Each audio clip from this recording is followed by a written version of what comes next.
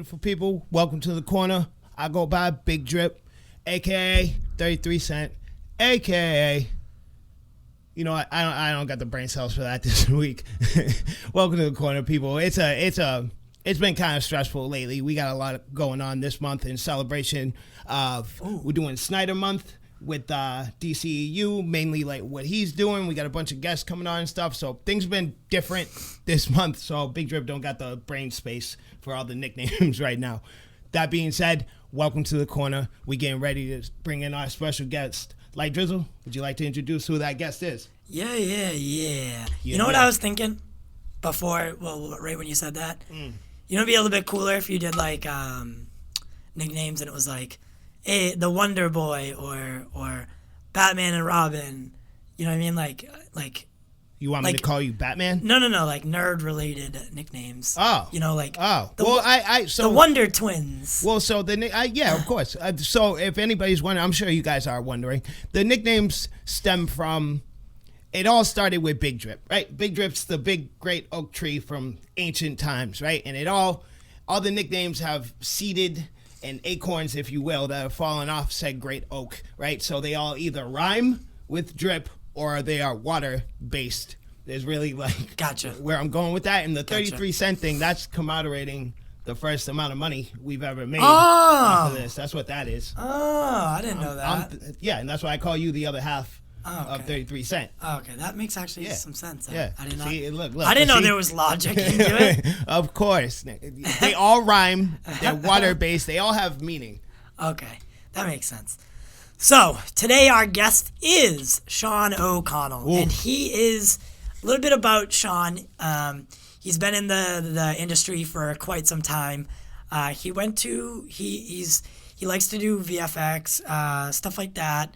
He does some independent work or, you know, whatever, including like he'd like to work on movies, I believe. Yeah. Like more. Yep. But you got to climb the ladder. God damn, this thing keeps just sliding down. You might want to tighten it. That's what she said. So so that led him to working with Cinema Blend, which is a website, and they write articles and interview people, and they have a podcast called Real Blend Podcast, which they've had quite the, you know, the last one I watched was Chris Nolan and John David Washington. So that was really cool because Chris Nolan doesn't do interviews. Yeah, no, very rare, very rare. So if for all the hoodlums watching, essentially what Sean O'Connell is to us is the big homie, right? Because he essentially is doing everything that we would like to do or are doing, just on a bigger scale, you know? Like he's a couple steps above us. If we're on the first step, he's on like the fourth. You know what I'm saying? So you know, this interview is, not only does he have like inside information and like, you know, how do I word this? Like he has more in than we do because he's interviewed Snyder himself, etc. But also like it's a learning experience for us because again, he's kind of where we want to be. Right. You know, we would like to be bigger than that, but he is above us. If we're soldiers, he's a captain. You know what I'm saying? So we're trying to. So this interview would be, you know, a learning experience for us, and we can, you know, get some ins and outs and somebody who's actually interviewed big names and things of that sort.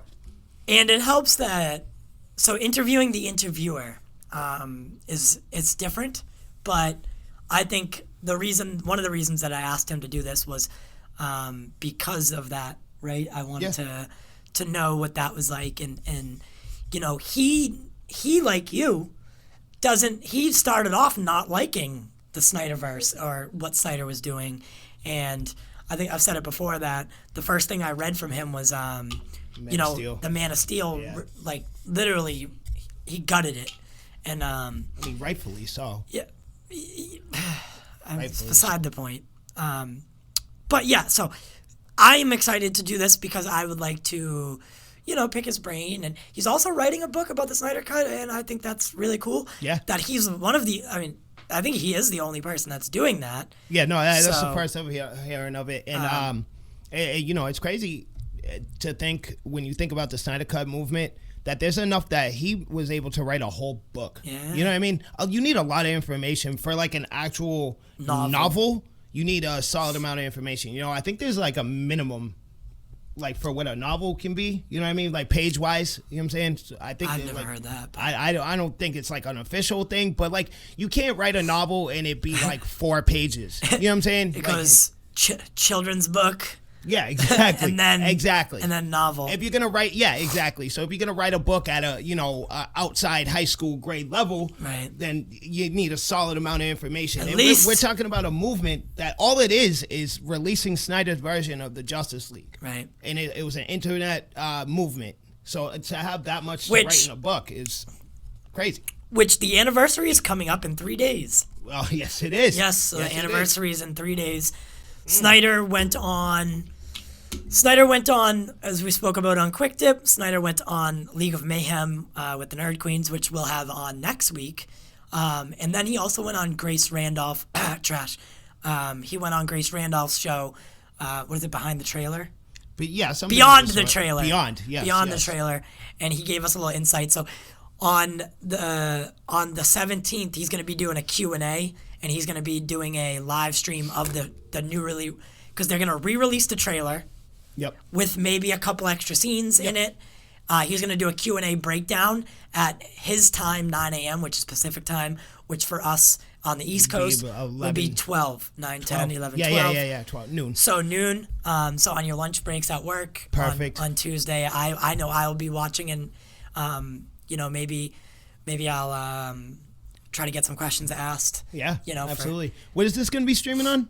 Twitch. Vero. Vero? But never heard of it. Vero is Zach. I'm pretty sure Zach is the only reason they're still in business.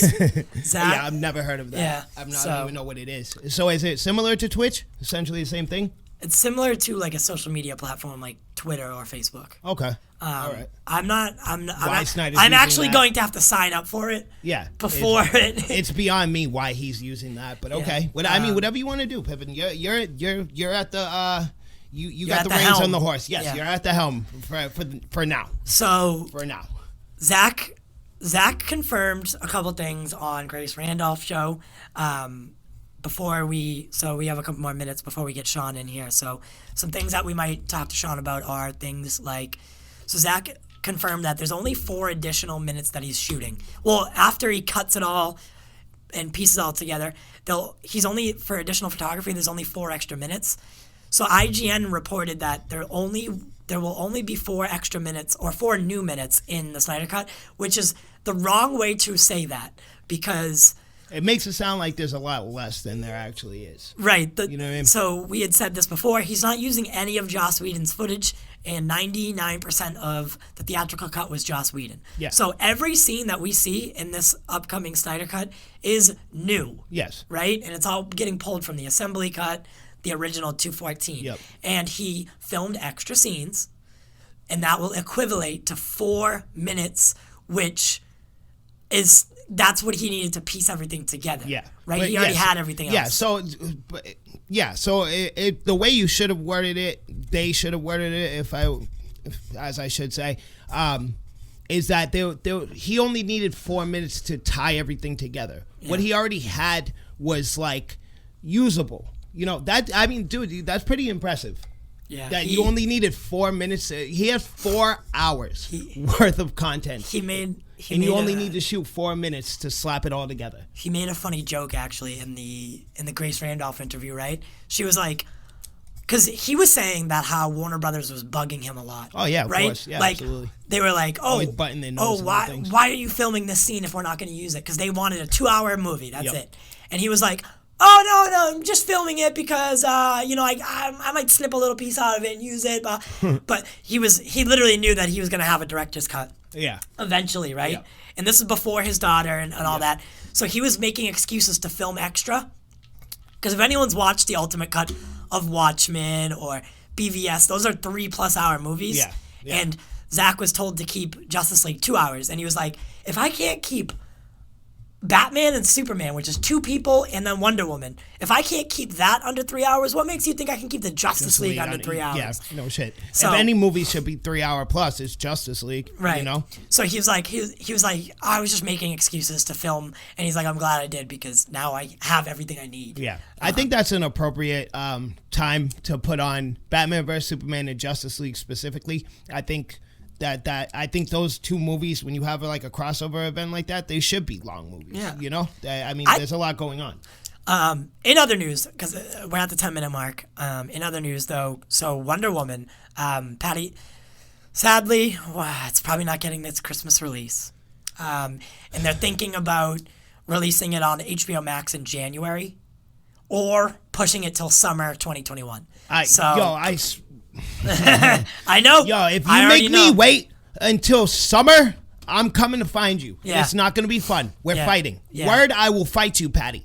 Please don't do this to me. Yeah, so please. Tough things, because WandaVision, now this, not cool, guys. Seriously. Pop Culture Corner is going to be renting out a theater. For Wonder Woman. And if you dude, if we have to wait until summer now, first of all, that price tag that we have won't be there. No, it will not. And summertime, people are gonna be at the theaters more, so it's gonna, you know what I mean? That price tag is gonna jack up. Instead of 150, it'll be 450. Exactly. So. Exactly. Exactly. I mean, I could spend that though. I can spend that. I'll spend that. Because it's kind of worth it. Well, so the thing is, we'll spend that amount of money, and then anyone who comes, chip in $10-15. You know? Yeah, but I do. But we'll invite nobody. Well, I mean, okay. I don't want to invite anybody. Yeah. Well, there's we'll rent an auditorium that's 150 people worth. Yeah. So we'll just have we'll have like 3 people per row. Yeah. That's it. Yeah. So that's not a lot of people. I don't have that many people. I don't have any friends. all my attention and time goes to this. You're welcome. That being said, Sean's coming in soon, people. We were trying to keep this under 10 minutes. We've already failed at that. Already. So, I just want to reiterate though. So we are raising money for suicide prevention with AFSP. In honor of Snyder Month. Yep, it's the same charity that Zach himself uses and the Nerd Queens. It's the big one, American Foundation for Suicide Prevention. We have a GoFundMe page. We'll be sharing that. So if you have 50 cents and you can donate it, please do. Any penny helps. So if you'd like to learn how to save a life, there'll be a short P.S.A. after this. Yes. So with that being said, guys, let's get Sean in here. So we'll be switching to Zoom now. I hope you guys enjoy it, and we'll be back with you after. Boom shakalaka. The Pop Culture Corner. We interrupted this episode because we have a more of a serious topic. We're dedicating this month to the DCEU and the Snyder Cut. However, if you peel back the layers of the Snyder Cut, there is a deeper and a more sensitive topic that was at the helm or the heart of this campaign, and that was the American Foundation for Suicide Prevention. So we thought, what better way to contribute than to also raise some money. We have a goal of $1,000, and the link is in the description to this video. It's a cause that means a lot to myself. Listen, even if you guys can't donate necessarily, if you share the link, you spread the message, just make awareness holds its own weight. If you can't donate, we understand. Nobody's running around swimming in money around here. We got bills, we got things going on. A lot of us got kids, whatever, blah blah blah. But again, every penny help. And if you can't put money itself, sharing the message, sharing the link, go on social media, whatever. Spreading the awareness holds its own weight. So please, whatever you can do, spare a moment or $1, whatever you can do. We've also already put some money into it ourselves, and if we get closer to the goal and we're missing some, we'll make up the rest and hopefully reach our goal, if not exceed it. Yeah, if we make 800, if there's 800 there, and we need another 200 to reach the goal, I personally will pay that. Yep. Because I would like to reach that 1,000 goal. Because in all actuality, $1,000 isn't that much, but it helps a lot. This money goes for these programs to actually function, and hire workers, things of that sort, and also they spread awareness themselves. And this could be the difference between somebody losing their life, right? Or not even necessarily losing their life, but living through such pain isn't fair and isn't right for anybody. So these programs, they give people a way to vent, to talk, somebody to reach out to. Some people feel alone. Some people feel like they don't have anybody. So these programs and these charities you know, they provide an outlet, they provide an ear for somebody who might need it the most. So, by all means, please, spread the message. Very well said. So if you would like to help us help save a life, please go to the description of this video and there is a GoFundMe link. Click it and donate $1 or $100 and help us help someone else. Thank you guys so much. We'll get back to the interview. I hope you enjoy the rest of the show. Welcome back, beautiful people. Big Drip signing in again. To my left, it's the Light Drizzle, the co-host, my co-creator, dare I say, my friend. And we've been hinting at it for a solid 2 months now. This is the big one. This is the first big one. Ladies and gentlemen, allow me to introduce Sean O'Connell. Sean, can you holler for me? Hello, boys. Good to be with you. Thank you so much for having me on the show. Thank you for coming. Yes, thank you for coming. My name's T.Y., not Light Drizzle. The Light Drizzle. Yeah, man, don't take that from him. Yeah, so we've been hyping you up for a while now. Yes, we have. So, Sean, everyone I think already knows that you're writing the Release the SnyderCut book. Yes, sir. So that's really the reason we got you on here is we know that you've put a lot of time and effort into dedicating yourself to this topic and to this fandom, if you will. Yeah. I think as a fan myself, I appreciate it. But I just want to ask, I guess to start things would be, when did you come up with the idea, or when did it spark that, like, okay, so this is what I want to do. This is how I want to do it. Yeah, it's funny. People have been telling me, especially family members, because when you're a writer, everybody just assumes that you automatically want to write a book. And honestly, that was the last thing on my mind, because at the same time, although everyone's like, oh, you're a writer, you're probably going to write a book someday. I was like, no, I write every single day. Like I write news stories for Cinema Blend, or I write features. Like the last thing I want to do is dedicate time to one subject for the purpose of a book. I always kind of figured I needed to hear of a story that was big enough, that was worthy enough, that warranted a book. And even getting into the early process of it, talking with people who had written books beforehand, they would say, like, make sure that there's enough there, that it is a book. And one of the things that got turned back on me by multiple publishers who passed on the pitch for the SnyderCut proposal was that they would say, like, this sounds like a really great magazine cover one day. Like a Rolling Stone type piece or something, but they didn't think that it was book worthy. So the point that I started actually really getting serious about writing it was August of 2019. Which was right after I went to Comic-Con in San Diego, and I saw the billboards and the banners and the bus stop posters that the Snyder government did to take over. Yeah. And I was so blown away by that. Like I knew about the idea of Release the SnyderCut before that. And I knew that there were fans who were lobbying for Zach's version of the film. Right. Yep. But to me, it was contained to online. It was contained to social media. And so when I started to see them taking over downtown San Diego, I thought, well, this is pretty amazing. And I happened to know a friend of a friend who was invested in the movement. And so I reached out to him and kind of said, hey, can I talk to your boy? Like, I want to get an idea of what he's into, what they're doing, what their plans are. I started to hear about their plans to take over New York Comic-Con and to get that billboard. New York, the Times Square billboard. And again, that's one of those situations where when I hear that people are putting in the time to rent a Times Square billboard, that's a big move. Those aren't cheap. No. And as a journalist, like, you just immediately start to think, like, who is doing this and why are they doing it and how do they do this? And you start to ask all these questions. And once you start to get those answers, money. all of them, money to do that. So I found that to be fascinating. I really did. So it's funny that you brought up the magazine thing, because just before you had called us, just gonna say we were talking about it, like just the fact that there's enough that happened for you able to write an entire novel is insane. This is a big movement and a big deal in cinema history and movies and fans, and this is huge. So the fact that you were able to write a whole book is insane to me. Not just that too, but the story's still going. It's not even over yet. The book had to come to an end at some point, but that was one of the hardest things of deciding when I'm going to cut the story off, because if you keep going with all the stuff that Ray Fisher's been bringing up. Right. You keep going up to, I mean, we haven't even seen the movie, so we don't really know what he's putting back into it.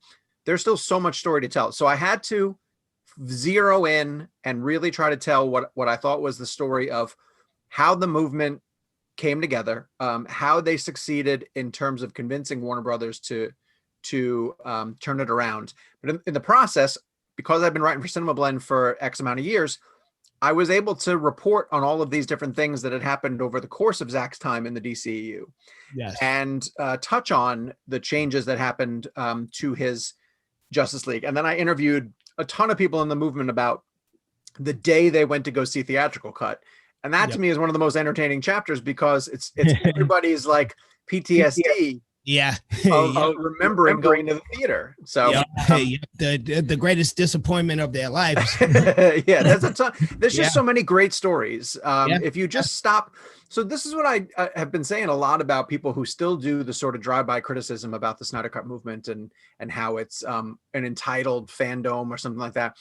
People who dismiss this fan base have never stopped to actually talk to the individual members in it, because if you get to know them and if you understand their motivations, they're truly wonderful people with really fascinating stories. And so I hope that I do justice to telling their story.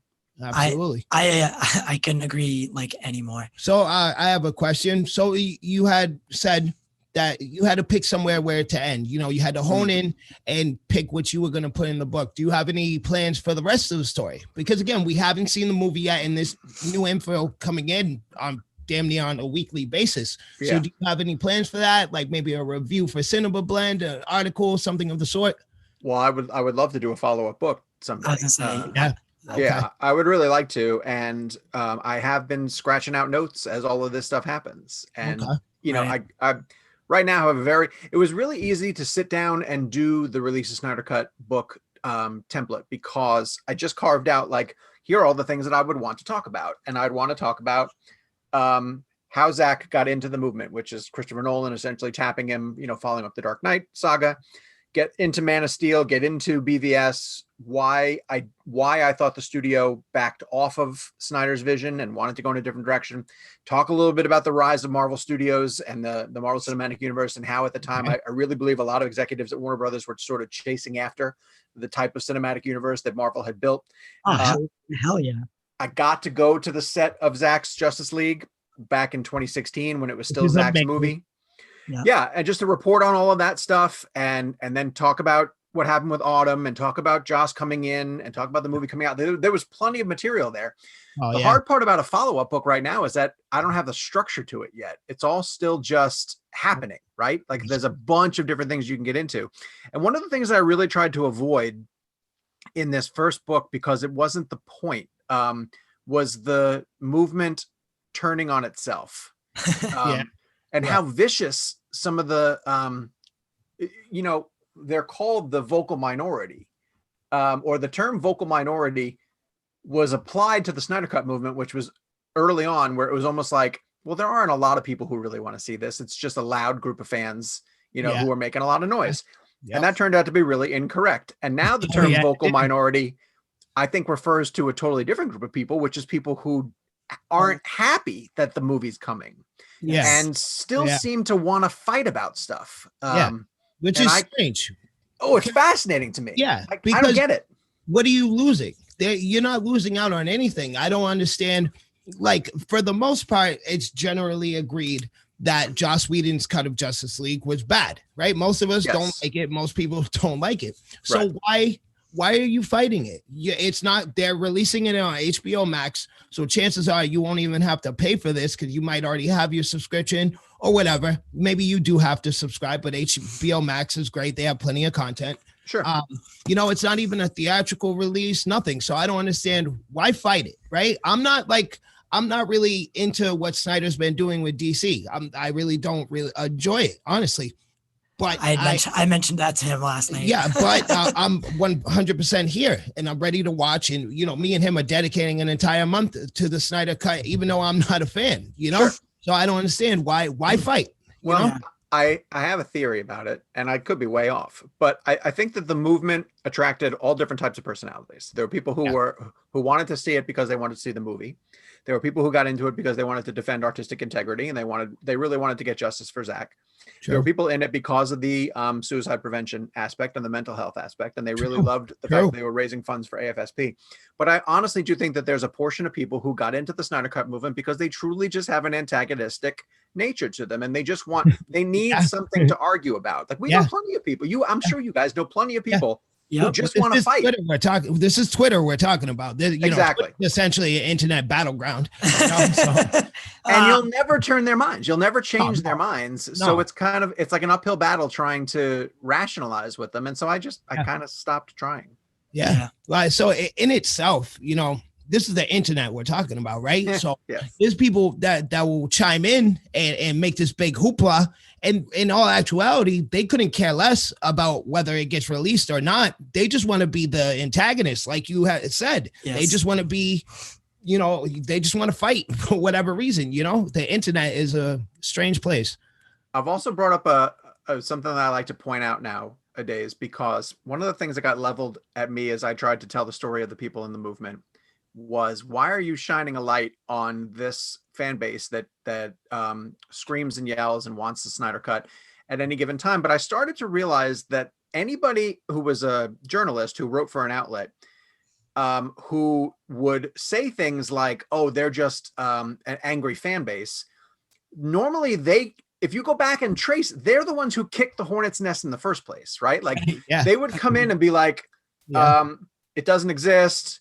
You guys are a bunch of phonies or something. And then the Snyder Cut kids would sort of stand up and defend themselves.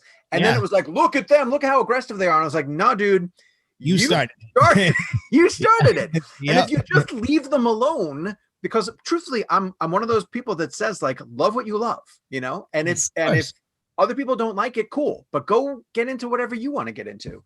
And just leave these guys be, let them do their thing. But there's a bunch of journalists who still like to come in and just antagonize, and then they get a face full of it. And then I'm always like, well, look what you guys did. What would you think happened? You kind of asked for that one. Yeah. Sure. So I was gonna wait for the end to ask this kind of question, but since we're on the topic of ending, we were on the topic of endings. Sure. So considering in theory, right, the ending kind of wrote itself, or at least, I mean, you have to put pen to paper for it, but it did write itself theoretically. Like the ending's there, you just need to translate it now, because you were working on this before this was greenlit. Yeah. So assuming now that that's not the ending, how were you going to end it? Yeah, that's a great question. Because I left it fairly open of saying, like, hey, if the movie ever comes to pass, these are the people who made it happen, sort of thing. Right. But there were two things in my mind. One was the Richard Donner cut of Superman 2, which took 20 something years to come to fruition. And I kind of believed that the Snyder Cut might take that long, so I kind of referenced the Donner cut and said, like, hey, there's precedent for it. This has happened before. Mm-hmm. But if it ever happens, this is what's going to happen. And then I had an idea that I really liked a lot, which was I wanted to turn the end of the book over to Zach's fans. And I had started a Twitter account for the book specifically. And I used that to say to the fans who had been following the progress, hey, I want the end of the book to be for you guys. And so if there's a message that you wanted to get to Zach at any given point, let's just assume one day down the road, he's going to pick up the book and check it out because it's a book written about a movie that he was working on. Right. There's a good chance he may read this message. And I got over 150 replies from fans. Wow. Of all, like, some short, some extremely long, all of them extremely passionate, from fans literally all over the world. I mean, it was such a testament to how global his fan base is. Oh yeah. No, Zack Snyder, his fan base is clearly his fan base is crazy. Look at the Snyder Cut. His fan base is in comparison to Beyonce's. These are some passionate people.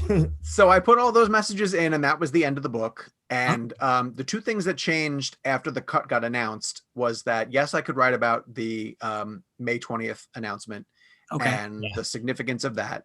But once the cut got announced and everything was official, Zach was able to do an interview for the book, because prior to that, he wasn't talking. Right. And I had reached out to his people time and time again to try to get him to come into the book. So he was able to sit down and actually go over everything about his fight for these past 3 years and make it official in the book. And so now I have all of these quotes and insights from him, but I still loved the messages from the fans, and I was never going to cut that out. And so I I just changed it to, that's like an epilogue now. I was going to say an epilogue would work for that. And it's still there. Yes. So it's still there. And that's what I wanted. I still wanted the fans to have the last say, because the movement, and Zach says this himself, the movement wouldn't exist without the dedication of the fans. Of course. Right. And this book wouldn't exist without the dedication of fans. Absolutely. Agreed. So what I was thinking, when I had heard about the book being written, what I was like, this was it for me, right? This was like, all right, so Sean's going to write this book, and this is going to be the first domino to fall, and hopefully that'll get people talking, and that'll help us get the movie made. So I was hoping that, you bringing some attention to it would do it. But, it took it did its own work, so I'll tell you what, honestly, I swear to God, everything about this project has been sort of kismet, like fated, because as I was doing all the interviews with the people in the movement, and as I was talking to all the people who had worked behind the scenes on the film, like all of their insights and everything came from them at a time when I was talking to them, like, if this is going to happen, them sort of explaining why they are in the fight. So I had all of this great stuff to put that story together before it got announced. And I truly believe, and I've been saying this, that if I tried to tell this story after the fact, I don't think that the passion and the enthusiasm would have been quite as high, because this was when people were still engaged in the fight. So it was like, and questioning.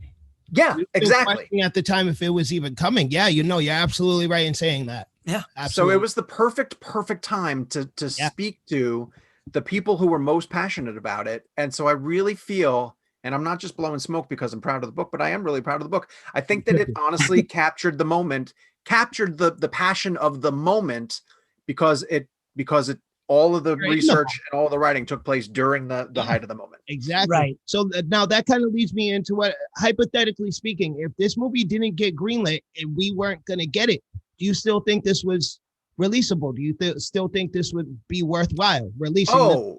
Yeah, absolutely. Yes, absolutely. Because it's a story in itself. Yeah, and that's why I tried to make it about the people in the movement as much as it's about the movie, because for the longest time the movie was a huge mystery. And even still, for the point of the book, the movie still is a mystery. None of us have seen it. I don't really know what it's going to be about.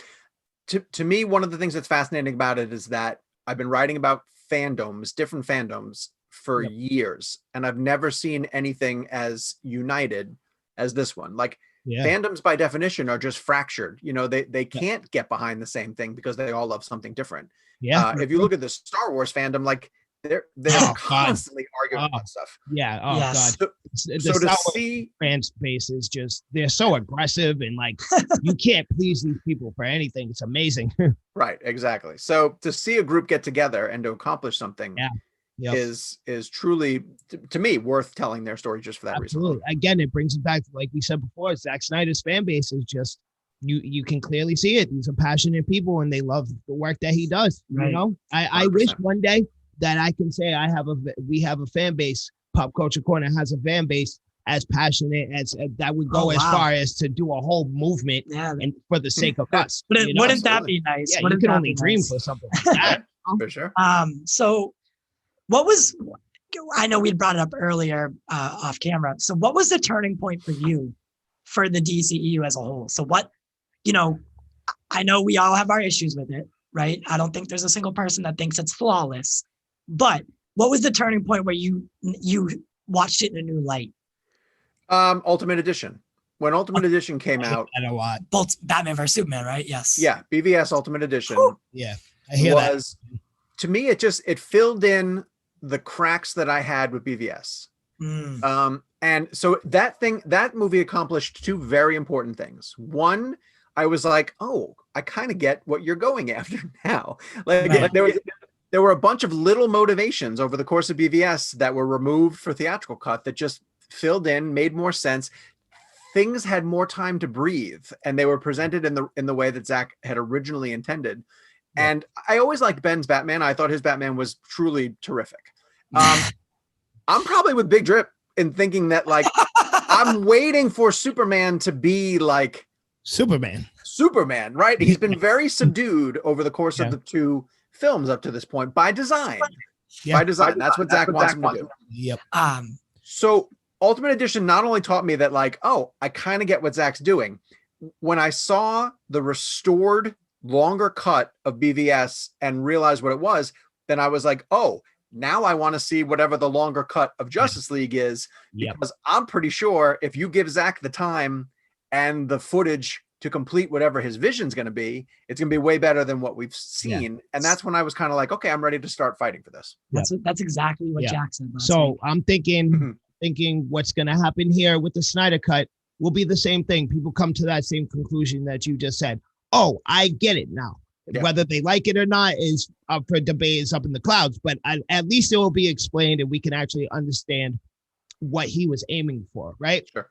That being said, hopefully if this is received well, Warner Brothers will stop sticking their ugly little noses in everything and just let this man work. You know, I could never like fathom why you would hire somebody for a job and then not let them do the job. You know, Zach's not like a new director. He's been around for years and years and years. Sure. So you know what you got into. Let the man work. You know, stop putting your sense into everything. And I write this in the book, but I honestly still believe this. I just don't think that BVS made enough money at a time, not that it didn't make enough money on its own, but it was specifically being compared to how much money the Marvel movies were making at the time. Yeah. Oh, and that's a big problem for them. They keep comparing themselves to the MCU. Yep. You're not the MCU. You're the DCEU. So act as such. Don't worry about what Marvel's doing. You know, but they were huge in a huge way. Yeah, very much so. We, the fan base, are not. None of us are going to the DCEU hoping it's going to be like Marvel. Nobody wants that. We want the DC. That's why they're two separate things, because we want them to be different. Right. You know. But when you look across the pond and they're pulling in billions of dollars, we had said it last. We said it last time. You know, like imitation is the best form of flattery, or a good form of flattery. So when you see that, you're like, well, what are they doing right? I gotta find that formula. Yeah. Well, and that's where the dollar sign. You know, that's what that is. They see 100%. Dollar signs. You know, that's what that is. It's nothing about the creativity. It's not about the movie. It's not about the fan. It's about the ching ching. You know. So the year that Man of Steel came out, June 2014. Yep. In May of that year, Iron Man 3, the third Iron Man movie, opened to $176 million, and that thing went past $1 billion.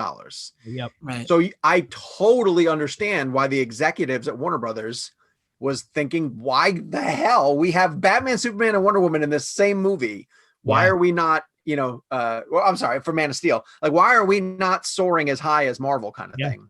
Well, you're right. It's not the right question to ask. You know, do your own thing and the fans will follow, but they absolutely put the cart before the horse. I think they rushed into it because, like you said, Iron Man 3 is already here and it's pulling in all this kind of money. So I guess there was a sense of, we need to hurry. We're so behind. We should have been on this 10 years ago. What are we doing? You know, but that, you know, when you rush yourself and you don't give yourself any time to breathe, it's very similar to the movies, right? So Batman vs. Superman, the theatrical release, was very much rushed. And there was, you know, missing pieces and things just didn't add up. But the Ultimate Edition comes out, and like you said, there's room to breathe. There's room to explain. There's room for us to actually understand. And I think that's something we need, an Ultimate Edition of the entirety of the DC. You know what I mean? Some chance to breathe. Well, and I think they still tried to get involved with Patty Jenkins on Wonder Woman, and they tried to. You hear the stories about how some of the executives wanted to remove the No Man's Land sequence, which is probably one of the most memorable sequences from it. Yeah. And now they are really at a point. I think DC has gotten themselves to a point where they're not trying quite as hard to connect everything. and you don't have to connect everything, like Mhm. Marvel succeeded in connecting everything, but I think they got extremely lucky. Like there's no way absolutely. that should work as well as it did. So now you make a Joker movie because Todd Phillips happens to have a great idea and he wants to use Joaquin Phoenix for one film. Great, do it. Go do it and make $1 billion. Don't try to build an instant trilogy. Like there was a time when Warner Brothers was coming out and saying, here are the next 10 DC movies you're going to make. Dude, slow down. Make one good one. Yeah, pump the brakes. You haven't even given us a good movie yet, and you're already talking about 10 deep, It's crazy. And that brings it back to what I just said. They're rushing themselves. We should have been in this 10 years ago. We got to get going. And that's why, Suicide Squad is just an hour and a half long trailer. That's all it is. It literally looks like a trailer. It was slapped together by a company that specializes in trailers. You can tell that they're rushing, but DC has, I've always been a huge fan of the way they make their movies look. Like we've had this conversation already on camera, but you weren't here for the. DC has this way of, so on the MCU side of it, it's clear that they're just taking the Avengers and slapping them in New York City. You can clearly see that. But on DC side, I feel like we're in Gotham. I feel like Metropolis. I feel like these are real places, and it has a comic book kind of hue and visual to it. It feels more comic booky and more like a comic book based movie series, and I've always respected that and loved that about DC. And I don't think they realize that we're out here looking for DC, not MCU. We already have the MCU. We don't want you to do what they're doing. We want you to do something different. We want to see something different, and for sure. And hopefully they get that message. What was and I agree because I do love distracting myself enough, when I go watch a Marvel movie. I like the Marvel side of things. I like the humor, the quips, and Thor's abs, whatever it may be. But when I watch a DC movie, that's what I'm looking for, that gritty, that tone that they do very well. So back to the book. So I had heard, and I can't remember if you were talking about it during JusticeCon or if I heard it somewhere else. Now, and you kind of alluded to it with the Zach interview. Mm-hmm. It was a little bit of a struggle to get that put together, and you didn't know if it was going to actually happen, right? Yeah, he'd been saying no, or his reps had been saying that he can't talk for the longest time. And the two reasons I thought behind that were either just he was putting something together himself, like a documentary of some sort that might have been about the making of, or he was so close in negotiations to pulling it off that he couldn't say anything on record to screw it up. And it turned out it was the latter, which is great. Yeah, it sounds about right. If I had to guess, I would imagine it was the latter of those two. And my leading question, I guess, would be, I should have started with the other one. So do you think that was the most memorable part of the book, was getting to actually interview him? And I know it wasn't filmed or it wasn't on camera, but it was more for the book than anything, right? Oh, 100%. Yeah, that was everything, because while I had convinced myself that the book was still going to work without him, and it would have been okay. I was able to report on enough stuff. I had audio from the Justice League set. I did get to go to the set of Army of the Dead and really? Wow. Yeah, that's awesome. So really fast, you guys have time for a really quick story? Absolutely. I have all the time. Right around the time that I was trying to put this book together, I got some interest from a publisher or a literary agent who said, do you have 3 chapters? Send over 3 chapters and I'll decide whether we're going to move forward with this. And I had none. I had no chapters written at all. I had like 1 or 2 pages sort of scratched out. So I took vacation days for Cinema Blend, and I was going to dedicate a week to really just putting together 3 chapters as quickly as I could. And that week, I got the invitation to go to a set, and the set was Zack Snyder's Army of the Dead. And I thought, this is ridiculous that how is this real? Yeah, exactly. So that was the universe give me a kick in the ass and just saying really? Do this. But while we were there, we got a chance to sit down and talk with him over lunch. And the conversation eventually swung around to the Snyder Cut stuff, because this is really the first movie that he's been working on since he left Justice League Army of the Dead is. And I in that moment, this was shortly after the Times Square billboard and everything, so he was very aware of that. Yes. And I was letting his tone and his approach to the movement sort of dictate where was I going to go from here. Was I really going to dive into it? Is this something that he supports? Because I think one of the really most important things about the movement is how much he backs it, you know? Yeah, absolutely. I make this pretty clear in the book. Like, he has all of the power in the world to say to the people in the movement, like, hey guys, stop, you know? Yeah. Of course, I appreciate what you're doing, but you know, he could have shut this down a while ago. But he wants his movie to be released. Of course, wouldn't you? You know, you spend all that 100%. time making a movie. He has 4 hours worth of content. He wants 100%. the people to see it, you know? Yeah, exactly. And that was the message that he sent forward. He said, like, hey man, I consider, you know, that there is a gaping hole in my filmography when you get to where Justice League should be. Yeah. And he also said, and I found this to be truly moving, and this is what kind of pushed me even forward to keep going with the path to do the book. He said, if I were to backtrack now and say, like, hey, thanks for everything that you guys have done, but I don't, you know, I think we should stop doing it. He goes, I think that would be really disrespectful to the amount of work and effort that has gone into the movement up to this point. That's a very respectable insight of his part. He's such a stand-up guy, man. I mean, honestly, he's just everything about this movement that I've gone in with an open mind to report. You know, people slam the people in the movement. Everyone I've spoke to has been largely phenomenal. People rip Zach. Zach's the nicest guy in the world. You know, like, it's crazy that people make all of these snap decisions about the movement and him and the films. Yeah, simply because you don't like the movies he's made. Imagine if I went into this to write about the movement, you know, with as much honesty and integrity as I could, and if everybody in the movement really showed me that they are self-serving assholes that wanted the movie just because they're selfish crybabies, that would be the book that I would write. I would be like, you guys are totally right. The Snyder Cut movement's awful. But it's not what happened. It's not what happened. And you write what actually went down. Yes, and that's respectable. So you've piqued my interest now, by the way, with this story. So how did you actually come across, like, so what happened? Like, how did you ask? Where did it go from there? So there's another journalist who is embedded in the Snyder Cut movement, and we were meeting for the first time. I can't mention who it is. Okay, that's fine. And I think they were the one who brought it up. So we were sitting around at lunch, and he was telling us about his approach to Army, and we were talking a lot about whether it connected to Dawn, how it's going to be different from Dawn of the Dead, his Dawn of the Dead, why this was the right story to tell. And it organically came around to the conversation. It really did. And I don't remember specifically how we got into it, but it was basically just like, do you feel like you are getting back into it to, you know, fill in the void of what you lost with Snyder Cut? Yeah. And then once he started to open up about it, obviously we were like vultures, you know? Yeah. Trying to get him to talk.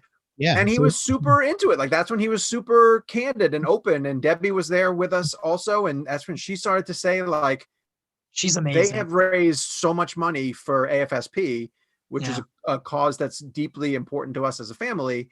You know, how could we ever not shine a light on the amount of work that these people are doing? And Zach makes it like the way you guys were saying even earlier, how cool it would be to have a fan base that loved so deeply what Pop Culture Corner is doing, you know, to fight. He said, look, it's amazing that these people appreciate my work so much that they are fighting to see. He goes, because this is all sight unseen. They're fighting for a movie that they haven't even seen yet. Based and off of faith. That's pure faith right there. And I was just about to say it before you said it. It's, you know, not only does, again, he wants his movie to be released and, you know, all that money raised for suicide prevention, but not only that, like, as a director, or matter of fact, any line of work you're in, how could you not be overwhelmed with flattery? And why would you fight that? You know, that, like, a literal army of people fighting for the sake of you and what you've created, why would you fight that? You know, And of I course know that Zach has said to me after the fact too, that when he was able to go back to Warner Brothers and point at the amount of work that they've done. Yeah. One thing that he pointed out, and I think he said this on other interviews since this point, of like when he was at Comic-Con in 2019, or when the fan base was at Comic-Con in 2019, and the statistics came back to Warner Brothers that said the movie that raised or generated the most social media awareness was Zack Snyder's Justice League. So he was saying to the studio, a movie that you're not even considering releasing outperformed every movie you brought to Comic-Con. Imagine that. Yeah. Imagine that. Imagine that. A mythical movie Imagine that. outdid everything you have here. Yeah. And he said, and I've got this quote in my book, he says, and he said to them, if they are a vocal minority, the way that you're arguing, you know, that it's just a small group of people, then don't you wish that you as a studio, as a major Hollywood studio, could mobilize and gain the support and traction that these people are doing for free? It's their hobby. Like you should hire every single one of them for your social media team. Yeah. Because they're dominating you on every level right now. Absolutely. Right. Yeah. And so I think this is a major changing point right here, right? And just in cinema in general, not just with Warner Brothers, with everybody. Because now it's like, I think this is our chance. This is our opportunity to really see what directors are actually visionary, you know, because it's not just Warner Brothers that does that. Everybody does that. Everybody chimes in. Every studio pokes their nose into what people make, and that, you know, they take things out and they change things because they want to be the most profitable. So I think this whole Snyder movement, I think art is gonna like take that helm here, right? You know, I hope so. I think art is gonna take the front row from here on out, because clearly that's what people want, you know. I think you're being really optimistic. I was gonna say the same thing. If it's successful, So, I just had that question too. So how was it? I guess Zach was saying on the Grace Randolph interview as well, that he thought, as well as because the fans are. I mean, it's great, right? We're getting a movie made about you know a movie that we've wanted to see for a while. Like, it's great. The end of the day, the movie it's a movie, right? But like what the fan base has done for suicide prevention alone is, I mean, there's countless lives that have been saved. These are all real facts, right? The money earned saves lives, helps people, hotline calls, whatever it was. Yep. Like 100%. That is truly special. Yeah. Truly special. Yeah. I mean, it really is. When we sit here and break it down like we are, now you question, like, why, if you didn't write a book, I'd be like, why hasn't somebody written a book about this? Because of everything that has gone on. So when you break it down the way we just have, you really see like, oh, there really is book worthy material here. And, you know? And when people, that vocal minority in the movement that is really angry at the fact that I'm doing this, when they're like, oh, he's just trying to profit off of this. Like, first off, if they had any idea what a first-time author earns off of a book, right? Believe me, I'm still going to be wearing t-shirts and shorts. I'm not going anywhere. Yeah, but that's a great point. Like, why didn't you do it? Like, this has been happening for 3 years. I came along at a certain point and was like, oh, this is a really good story, and spoke to the right people in order to get the story off the ground. But anyone else could have done it beforehand. Well, you're the one who noticed it, you know, because this is the first I've heard nobody else doing anything of the sort. You were the only one that looked at this and saw the value in it, the story in itself. You looked at it and you're looking at everything going around. You're talking to people, you're interviewing people, and you're seeing like, wow, there's something here. You're the only one to do that I know of. No one else is. Do you know of anyone else trying to do this? Or something of the sort? No, I was gonna say, I really don't think that I've heard of anything else. And you know, not for nothing, Sean, but like in 2020, it's very hard to say that whatever kind of content you're creating is 100% original. So bravo to you, sir. Everything is a reboot, prequel, something. You know what I mean? And I honestly cannot be more lucky than the fact that the book is going to come out in February of next year, and it's very possible that the movie could hit HBO Max shortly after. Like, yes, that's awesome. It's literally Perfect blows my mind. Yeah, that the timing of it works out the way that it. It's one of those things where, like, honestly, the day that invitation came to go to Army of the Dead was a notification from on high, from whatever powers above us all, saying, do this, because the dominoes are about to fall, and this story needs to be ready when the movie comes. You know, I was going, like, it's almost, and like, I'm gonna do a little inception here, because it's almost too perfect, right? Like, it almost needs a book to be written about what happened with you, because how, like, it really is amazing. You spoke about it at Justice Con, about how, like, when things changed so much when this became greenlit, right? So now everything made sense. Yeah. The story just everything tied together, right? Yeah. All the dominoes fell where they had to. Yeah. So I think personally, you're gonna do really well. I don't know how pre-orders are doing, but I know that we've put a couple in already. Yep. So thank you guys. I really appreciate that. No, the one thing that Zach said to me, curiosity.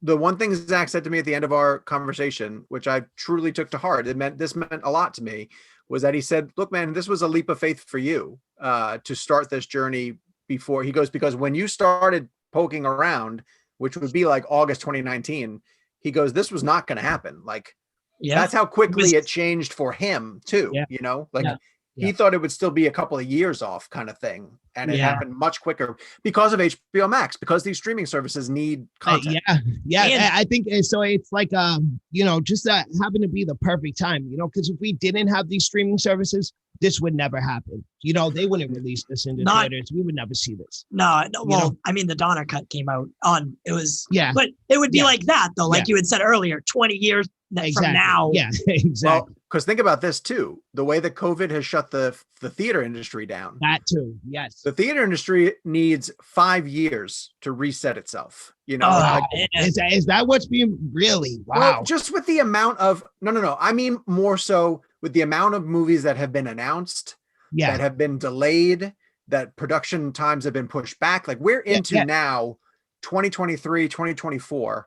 Before a new movie that comes around and can look for an available weekend to say, like, here's where I'm going to drop the SnyderCut so that it doesn't compete with, 2 other huge blockbusters, that you wouldn't be seeing it until then now, if not for the streaming services. Yeah. Right. And I think and we spoke about this before. I think COVID, I mean, so this was greenlit before, before. But I do think this, so now they're looking like, we're going to spend 25, 30 mil on it. Yeah. Now they're putting a little bit more money into it because, all right, well, we don't have anything else really going on. So if we can make this, like, now we're pulling from the vault and let's release something. And, as far as I can tell, they're the only ones, right? Like, we might get Black Widow, but that's about it, really. Right. The Snyder is really the only thing I know for sure when it's coming. What are they going to do with Wonder Woman 1984? I was just talking about that. I just broke that news to him too, that the Christmas release is probably out the window at this point. Yeah, it's looking like we ain't getting it theatrically anyway, unless they decide to do HBO Max for it. What would you rather, the HBO January or waiting till next summer? Because let's face it, 2021, if all goes as well, I mean, Marvel has 7 properties coming next year. Well, supposed to be anyways.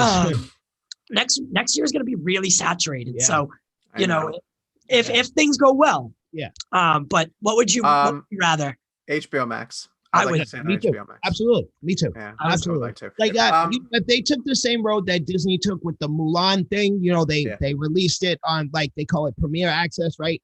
The price tag was way too heavy. They threw a $30 price tag on that when it first released. Why? I don't know. But if they did something similar to that, throw like a $10 price tag on it, something much more reasonable, $10, $15 price tag on that, then absolutely HBO Max. I would absolutely pay that money, So I don't see why they wouldn't come do it in that manner. Mulan does not have the same interest as Wonder Woman 1984. Exactly. Right. Exactly. So there's guarantee if Disney can do it and make money off of Mulan. Yeah. So Wonder Woman, absolutely. If they made money off of live action Mulan, Wonder Woman's absolutely going to make more. Go ahead. I'm sorry. Well, I was gonna say, look, do I want to see it in theaters? And does Patty want us to see it in theaters? Absolutely. Yes. But do I also think a couple of sacrifices kind of need to be made, Right. in order to keep the wheel turning a little bit? I think that's probably. And that doesn't stop a theatrical release, right? That just postpones it. That all that means is now we don't have to wait for the movie. We can watch it, and if it's a good movie and they did what they were supposed to do, gave us a good movie, we'll show up again when they do eventually release it in theater. That's interesting. That is really interesting. I never thought about that. I never thought about them putting on HBO Max, but still keeping a theatrical run for people. Yeah, because Patty Jenkins has gone record saying that she very much wants to save this and make sure theaters don't crash because of this corona. So I would absolutely see her pushing for that. Yeah, gala as well. That'd be cool. Yeah. So a little bit transition here. To other things. So are you in support of David Ayers' cut of Suicide Squad? I am, for sure. Yeah. Because when I said to you before, I think you're being optimistic in terms of directors getting their true artistic cut all the time. Like, it's still a business, and the studios are still going to have final say. But I honestly believe that the creative decisions that were made behind the scenes on Zack's Justice League and David Ayers' Suicide Squad, they're the two movies that fell into the blender as DC tried to pivot away from serious to more upbeat, more audience friendly. Right. And if David's saying, which he has been saying on social media, that they manipulated his film that badly, then of course I want to see what his version is. Absolutely. Yeah. I think when it's at that extent, absolutely. And that's more what I meant by what I was saying earlier. It's like when it's like you said, Justice League and Suicide Squad are most definitely the biggest victims of that, of studios poking their nose into things and just completely. I think Suicide Squad was worse than Justice League in the sense of the studio just flipping everything on its head and just really changing every last detail about the movie, It's crazy how disjointed that theatrical cut is. It really, from, way to word it. From the first Comic-Con trailer to what we got. Exactly. I was like, this isn't real, right? No, this is not even of Comic-Con. Were you guys in the hall? Were you in Hall H? No. Unfortunately, I've only been in Hall H once, but from here on out, that's going to change. Oh, yeah, absolutely. As soon as we can, we're there. That trailer played like gangbusters in Hall H. It was amazing. It was one of the greatest marketing pieces. Then, people point out things about Ayers' cut that I can't not see now, which is the fact that like Will Smith's Deadshot gets 3 introduction scenes. Like the first 3 times you see him, it's like a hero character introduction, and it's like, why didn't anybody see this? Oh my God! How did you not notice that? No, I think you just put something on me that I didn't notice before. That's hard. It's the scene with his daughter. It's the scene where he's got the assassination shot, and it's the scene in the prison, like where they literally give you keep introducing him. They literally give you, and that I hear that complaint a lot, and it's something I agree with. They literally give you introductions. They put text on the screen and some more. If that's not the laziest movie making I've ever seen in my life, like. You literally spelled out the characters for us rather than like making a character. You see, I don't think Ayer was going to do that. I honestly don't believe that was his cut. No, that I'm 100% sure that was that trailer company idea. That was them. 100%. So, so Jared's coming back for. Well, he came back. After Zach asked him. And fascinating. That's fascinating. It really is. It really is. So Justice, he hates. You don't like Jared Leto's look rather than my problem. My problem is exactly what you said. Is the way he looks. That's it. Simple as that. The tattoos, the grill, the pimp cane, the leather jacket, slick back hair. That's the problem. He's way too pretty. You know, like Yeah. he looks as if it takes him 2 hours to get ready before he leaves the house. You know, we're talking about a maniacal, insane. Like the whole point of the Joker is that he's insane. Yeah. And you're gonna tell me he's gonna take 20 minutes to slick back his hair before he goes to commit a crime? That's crazy to me. I don't think Jared Leto put on a bad performance by any means. Yeah. You know. So, but question being, so are you a fan of like Jared Leto, and do you want him to continue in P.S.A, maybe an HBO Max Batman show? Like, would you like to continue seeing Jared Leto, or do you think we want to stay away from that? I think Jared Leto is a very talented actor. The work he did in Dallas Buyers Club is outstanding. That's always my example too. That's my always go-to for him. Well, Requiem for a Dream is outstanding. Like, he's a truly talented actor. Yep. I don't want to base my opinion on his Joker on the version that we saw, because you could take, additional footage, or you could show stuff out of context, and I don't think we truly got an idea of his true interpretation of the character. Absolutely. I'm a little bit closer with Justice in the fact that I didn't really care for what I saw. I don't love it, but I don't think we got the full picture, and so I kind of want to. It would be like trying to judge Ledger or Phoenix and seeing like a butchered cut. Like, that's not fair. Exactly. It's not fair. Exactly. So do I want to see him get another shot? Of course. Like, you want to know why? It's no skin off my nose. Like, give him another shot. Yeah, I want to watch it. Of course. Yes. It's already happening. Why fight it, right? And I think the best part is Zach did that interview with Grace, and we just watched it, and he explained that like he's not going to look the same. Like, I changed some stuff. Like, I think we're stuck with the tattoos because they're tattoos, which is unfortunate. But Zach is like, I'm glad it's going into Zach's hands. If anybody should be handling the Joker and like Batman characters, it's Zach. He specializes in dark and gritty. So I think I think we're going to see a much better Joker. I think everybody, including myself, is going to be much more pleased with this time around. I hope so. And I'm excited to see it.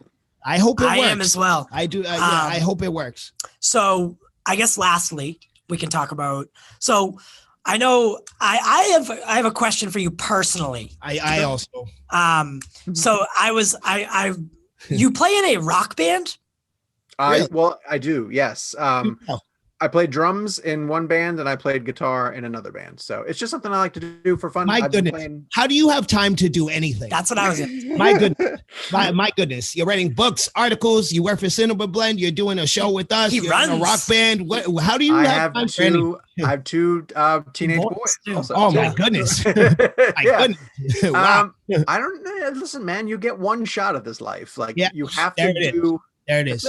That's it. You have to do the things that make you feel complete. And listen, my wife is one of the most supportive people on the planet.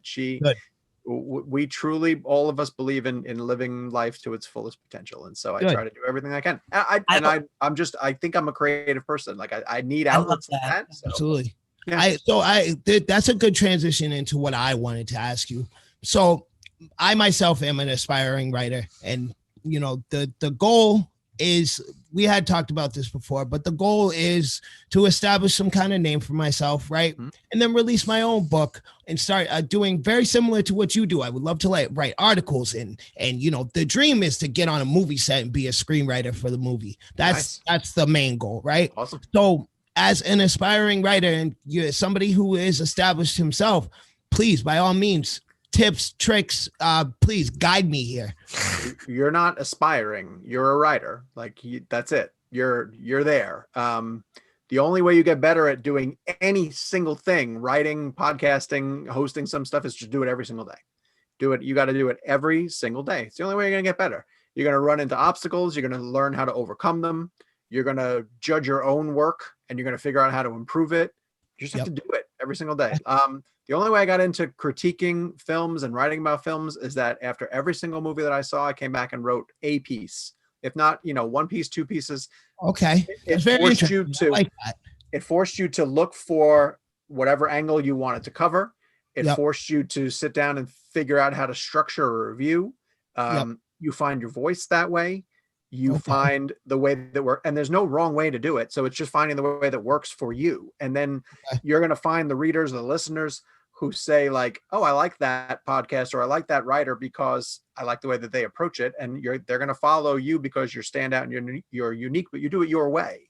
That's what I'm saying. It's not aspiring. You're already a writer. If you want to be a writer, you're a writer.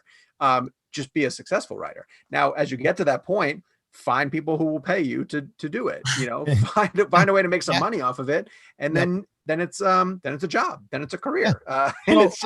Based off of that, now, I like what you just said there very, very much. And if you don't mind, I am going to take that from you. I'm going to start doing that. I'm going to start writing every time I play a new game or see a new show. I'm going to write about it. Animes, movies, etc. Now, how do I come across now? I say I do this for about a year or so, a year and a half, right?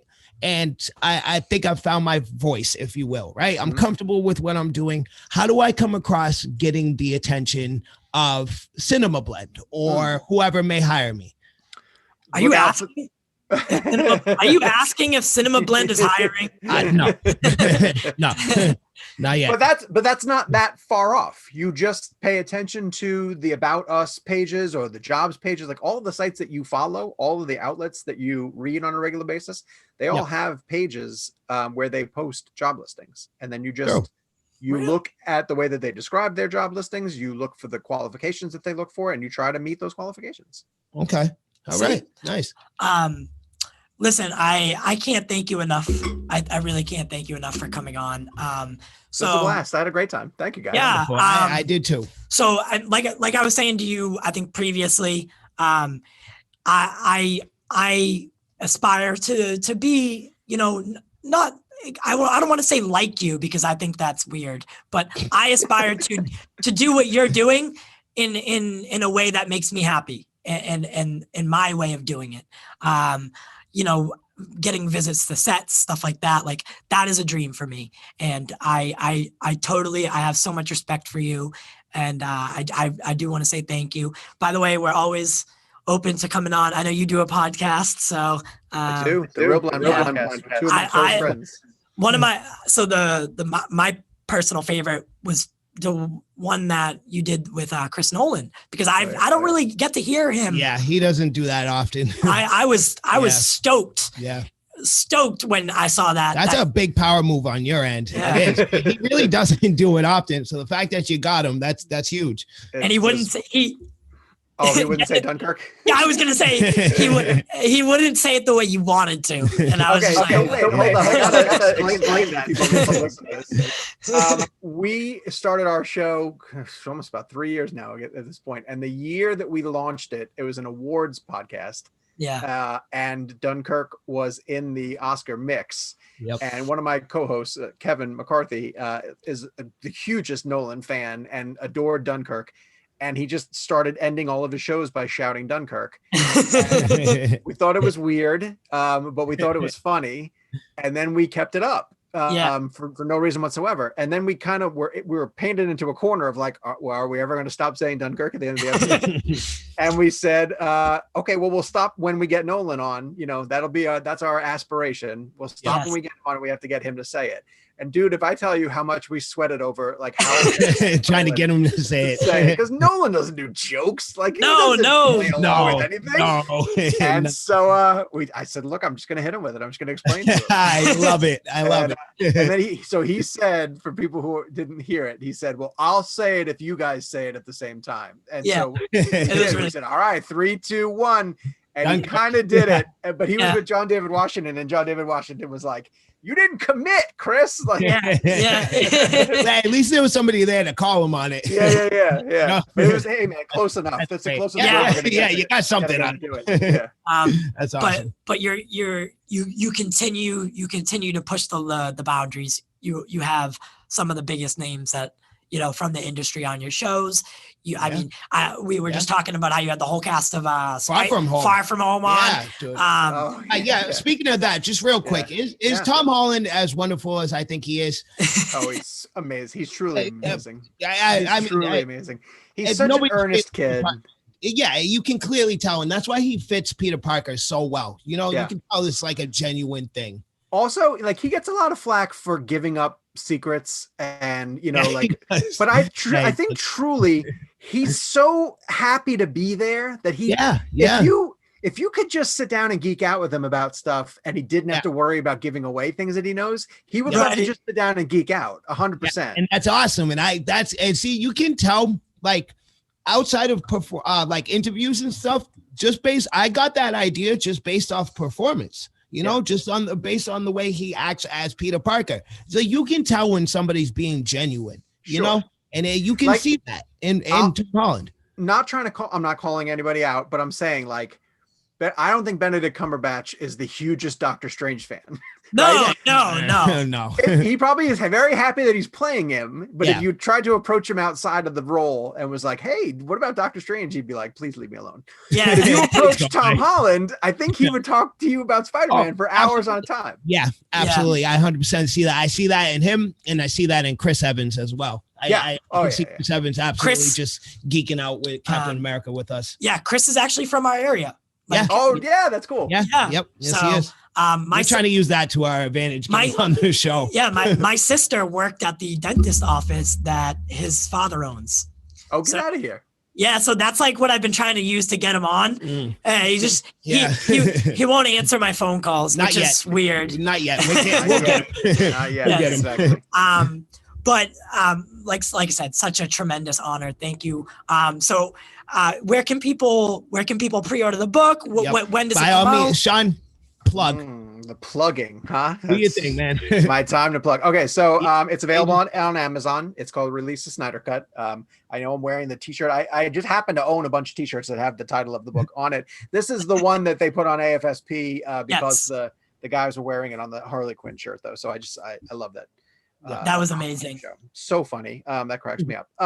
So it's on Amazon. It's also available through Books A Million and Barnes and Noble. You can get it on Indie. What's the name of that? There's an indie bookstore place you can go to, but it's available any place where you pick up books. It's coming out on February 15th. Has a couple of preliminary reviews from Ray Fisher. Had a chance to read it and gave me a nice quote about it. Rob Liefeld, creator of Deadpool, has read it. He's another guy who's super into the fan base. So that meant a lot to me. And Real Blend, you can follow Real Blend and Cinema Blend on social media. It's Real RLE. Real Blend is REEL, like a cinema reel. And then I'm on Twitter all the time, Sean_O'Connell, and the book has a RTSC book is the Twitter account for that one. So give that a follow.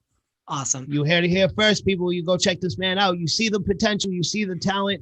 You see what this man is doing. We've been talking about it this entire time. You guys go check him out, man. I promise you will not be disappointed. I can't wait to read it and send you what we think. Yeah, I'm thrilled, boys. Thank you so much for having me on. I really, really appreciate it. Thank you for coming, Sean. If I do say so myself, you're a friend of the corner and a friend of the culture. Awesome. Love to hear it. Thank you, boys. All right, people. That was Sean O'Connell, man. Again, a special thank you to you for coming on the show, man. I appreciate you. We had a lot of fun with you, man. You're welcome back anytime if you ask me. I liked his story about meeting Zach. Yeah, that was really fun. Yeah, absolutely. I'm very appreciative of the tips I got for as far as pursuing my career as a writer. Yeah. You know, I'm not an aspiring writer. I am a writer. Yeah, that was some words of wisdom from Mr. Sean O'Connell. You know, and when I asked that, I was also speaking for anybody else out there listening who has similar dreams and aspirations, if you will. You know, take those words as well. You know, I'll take them as advice. You take them as well. Last week we didn't get to do this part. No, we didn't. Because, that was our first guest, so things were different. But we're getting a feel for it slowly but surely. Luckily, Zoom does everything for us, essentially. So there's very little we have to do. You know, we shoot the intro, we shoot the episode with him on Zoom, and then we shoot our outro. So it's relatively easy. Most of it take care of itself. Yeah, so I think that was about an hour with Sean, and then 10 minutes before that. So we got a good 20 minutes of hanging out here to do. Which it's been a while since we sat around. You know what? So, okay, since we have this time, I don't think I ever explained to you guys what the plan is as far as getting into gaming and anime anarchy and every other segment we do. Because we have guests coming in, like you've seen today, Sean, we spent a solid hour with him. So for the rest of the month, with the exception of breaking news, we're not going to do our typical things we usually do. We'll still do our quick dips and stuff, so you'll get news and TV stuff from there, but mostly getting into gaming and anime anarchy, you're not going to hear of until next month. That being said, I'm loading up on a bunch of stuff. I've been watching a lot of new shows that I plan on talking about as soon as we get back to it. Games. Also, I want to make it known, guys, if you're waiting for a review on the PS5 from me and Miles Morales, you're going to have to wait. I don't care what anybody says. I never buy the first batch of consoles. I have yet to see a console release that did not have issues with the first batch. That being said, so while you'll get my personal review, my rundown on the system, and Miles Morales come this Christmas. When that does happen, though, I'm going to go into thorough detail. Spoiler warning now. I'll give you another one later. But I'm going to go into very specifics with this. And I'm also thinking about starting some Let's Plays and whatnot. We were thinking about possibly switching over to Twitch. I'll do some gaming. Me and him will just kind of talk, as I'm gaming and streaming. So if you guys like the sound of that, please get in the comment section. Let us know if you like the ring-a-ding of all that. Yeah. I think that'd be fun. I do too. So let's talk about something. So Chris Pratt, Star-Lord's gonna be in Thor 4. Yeah. I was already under the impression that Thor was gonna spend a good amount of time with the Guardians of the Galaxy from here on out. After Infinity War and Endgame, they kind of heavily hinted at all that. So I like it better because Thor is at the end of the day like a space guy, so just kind of leaving him on Earth seems like a waste. So I'm glad they're doing that. Yeah, I thought, Thor would now be in the Guardians of the Galaxy. I didn't think, I thought when it comes to a Thor movie, I didn't think that. For Peter would Star-Lord. Yeah. I mean, maybe Rocket or Groot. Yeah. But they played off each other so well. Yeah, that right. like you would be wasting it if you didn't put Peter in there. The chemistry was really there between Chris and Chris. Chris and Chris. Chris Cross make you jump. Yeah. So I think that's really good news. Yeah, absolutely. We got. If Love and Thunder is anything like Ragnarok, I'm very excited because Ragnarok is up there. Taika's directing it, so yeah, nice. Ragnarok's up there as one of my favorite MCU movies. Infinity War, Endgame, Far From Home, Ragnarok. Yeah, Ragnarok was. Oh, Winter Soldier 2, though. That's a hard one. I saw Ragnarok 4 times in theaters. Yeah? Yeah. That's because I had promised multiple people I'd go. So then I had to do the rounds. Yeah. By the 4th time, I was like, okay.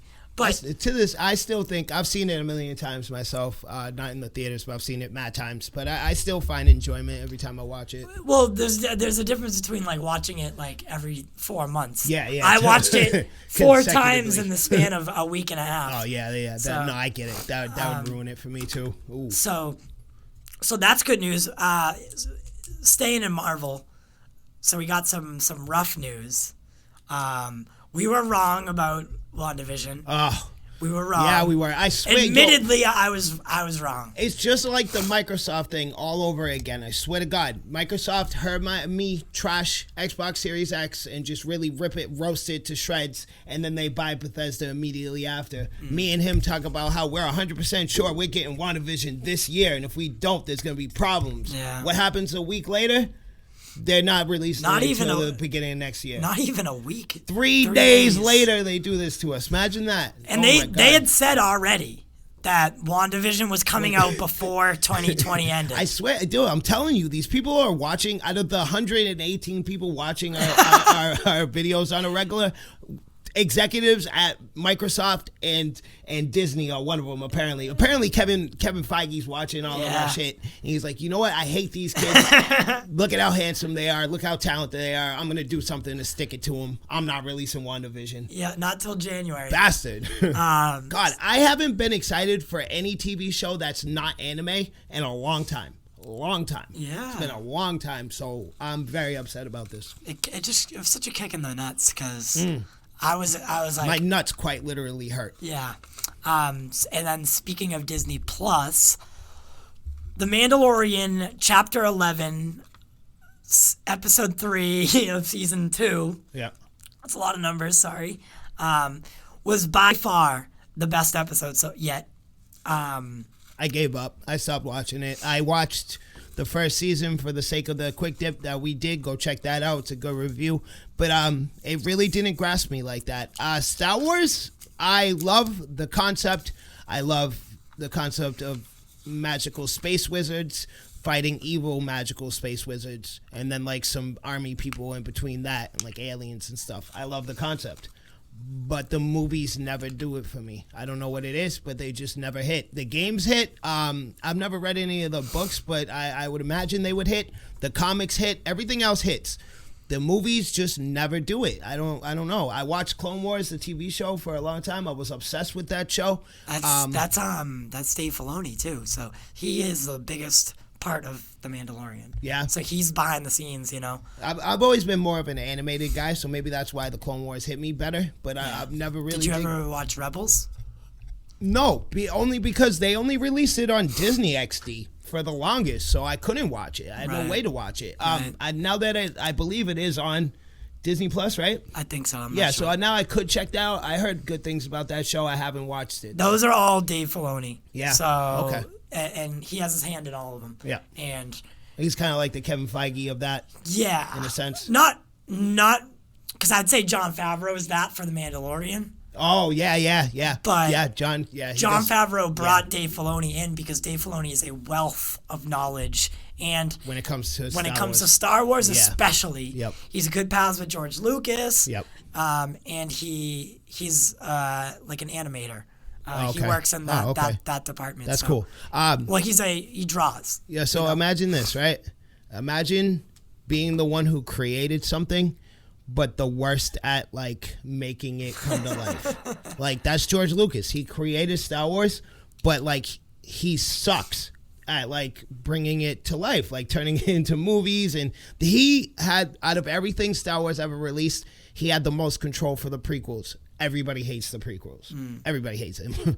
Imagine that. Imagine creating something and you can't direct it, you can't write for it because you make it bad. That's so strange to me. I mean, I've gone on record saying that I never really liked Star Wars up until a few years ago when I watched it with a different viewpoint. Yeah.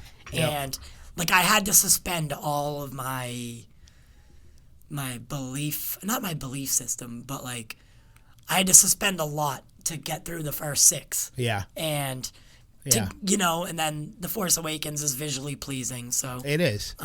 That was the only one that that and Rogue One did it. Rogue One is hands down the best in the whole thing. Yeah, honestly, and that's sad because it's just some random ass prequel that really holds no weight in the overall story. But yet, well, it kind of does because that's how they got the map for the Death Star, so it does kind of hold weight, but. It is just some random prequel at the end of the day. So the fact that it's me and him are both saying that's the best movie they've had is sad. Yeah. You know? I think I was the exact opposite to what you just said. Growing up, I thought I did like Star Wars because the prequels came out when I was a kid. My father's a big fan of the originals, so he kind of pushed it on me. He was always watching the originals, so when the prequels came out, he kind of forced me to watch them. And I thought I liked them because I was a child and I liked the video games and stuff.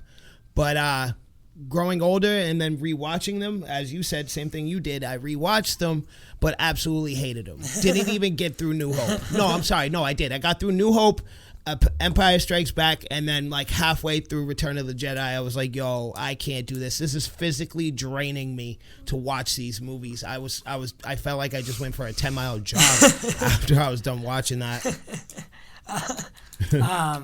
Yeah. So I mean. Star Wars fans are pretty passionate. And, they are. And they're really vocal. We're probably going to get a lot of comments getting on me. Right. Yeah. So shifting gears here. So we talked about this a little bit in our intro today. So Zack Snyder, he will be doing a Q&A on Tuesday at 9 a.m. Pacific Standard Time, 12 o'clock Eastern Time. They'll be re-releasing the trailer with a couple extra pieces of footage in it. He'll be breaking, kind of like what he did with BVS and Man of Steel when he did the watches, like live streams. Yep. He'll be breaking down shot for shot, telling you little quips about each shot. So tune into that. That's gonna quick be look really into fun. the mind of the man himself. Right. I'm excited. I'm guessing. I don't want to use the word guessing. But I'm guessing we're gonna get our first look at Joker. I don't think we'll get anything. I don't think there'll be any kind of footage that we can be like, oh, this is what he's doing in the movie. You know what I'm saying? Like, we won't get any kind of what his role is, but I think maybe we'll a get quick shot. Exactly. A still frame or something. Maybe just a quick line that he says something. We might. I feel like we might see him. How satisfying would it be if Darkseid like burned the tattoo off? Tattoo removal. Yeah, Darkseid's tattoo removal. Apocalypse removal ink. Yeah. So I think that's gonna be really fun. So don't forget though, because the 17th is the 3-year anniversary mark. Yep. So Zach is really, really, really 3 good years. about pleasing his fans.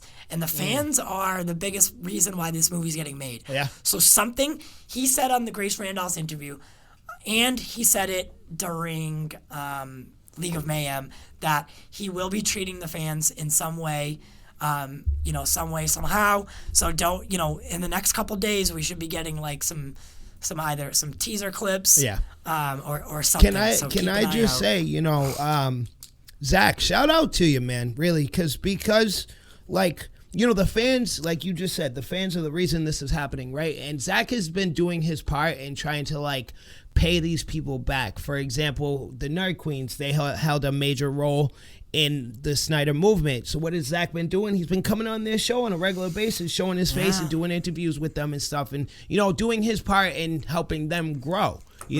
So hey, you gotta give him a shout out for that. Their videos now take this as a statistic, okay? Yep. So their videos on YouTube, typically they'll get a roughly 1 to 2, maybe 3,000 tops. Yep. Right? Snyder, both times. Yep. 50, 60, 90,000 views. That's right? like 20 times your average, That's insane. That's 97 times. That's insane. Amount. That's insane, Right? So just what he's doing for them is giving them a platform, and really giving back. And we're going to try to help out with raising some money for suicide prevention, as you guys all saw. So if you can donate, please donate. Let's make our voices heard as well. Yeah. With hoping to help save a life or stop someone from doing something they'll regret. Yep. Yep. So we have a couple pieces of not pieces, but we have a couple things that we're going to be doing in the next week. On Monday, we'll be joining the T13 Media. I had to write that down because it's some numbers. T13 Media on the Debatable Show. So pretty much what we're doing is they let us pick the topic or a couple topics. We're going to go on their show. It's on Twitch. All right, that was it? Mm-hmm.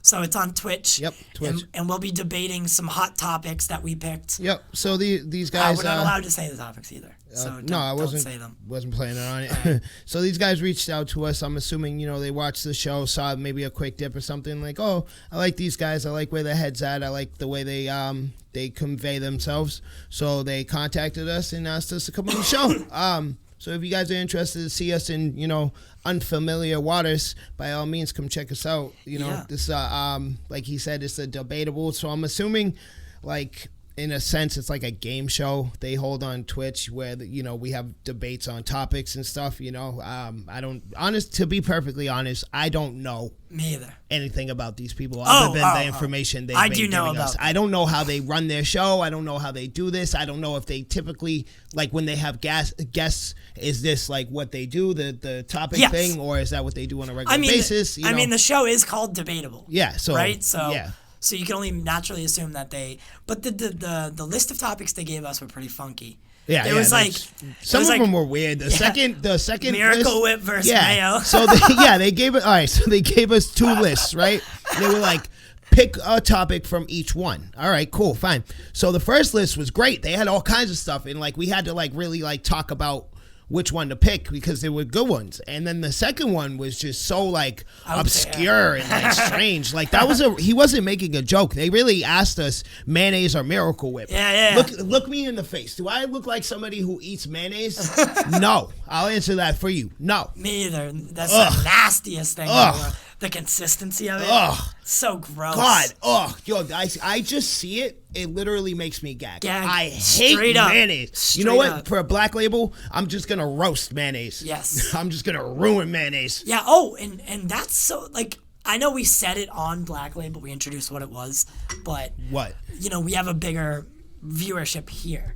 So So Black Label, guys. Oh, we haven't explained to them what it is yet. Oh, you can do it. All right, okay. So Black Label's really simple. Black Label's just how I normally talk, how we normally talk, right? Mm-hmm. You know, we kind of we're not scripted by any means. We're not like jotting stuff down before we do this, but we do like hold back and we don't cuss and we don't talk about certain topics. And, you know, if something comes up that we feel we shouldn't put on the show, we edit it out. You know, we're trying to like remain a certain kind of standard around here. You know, like we want to be watchable by all. Like we don't want to give anybody any reason to be like, don't watch their show. You know what I'm saying? Like we don't want any parents like going, because, you know, there's a solid chance that God, excuse me. Oh my God. Jesus.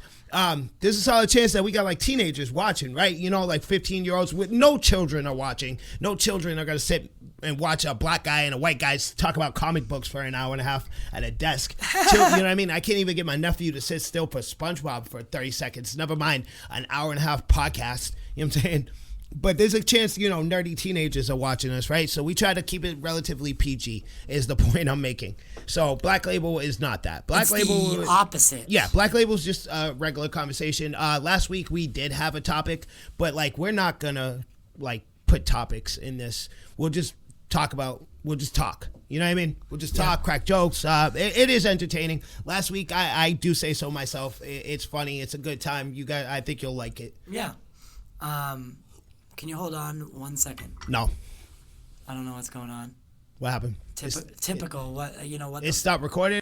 Yeah, so I think you guys will like that. Just go check out Black Label, man. We recorded our first one last week. We're gonna record one right after we're done with this, and then what do you upload it on? Like Tuesdays, something like that. Honestly, that one I don't really have a day yet. Oh, okay. So kind of whenever, because I am usually busy from Saturday night to Sunday night.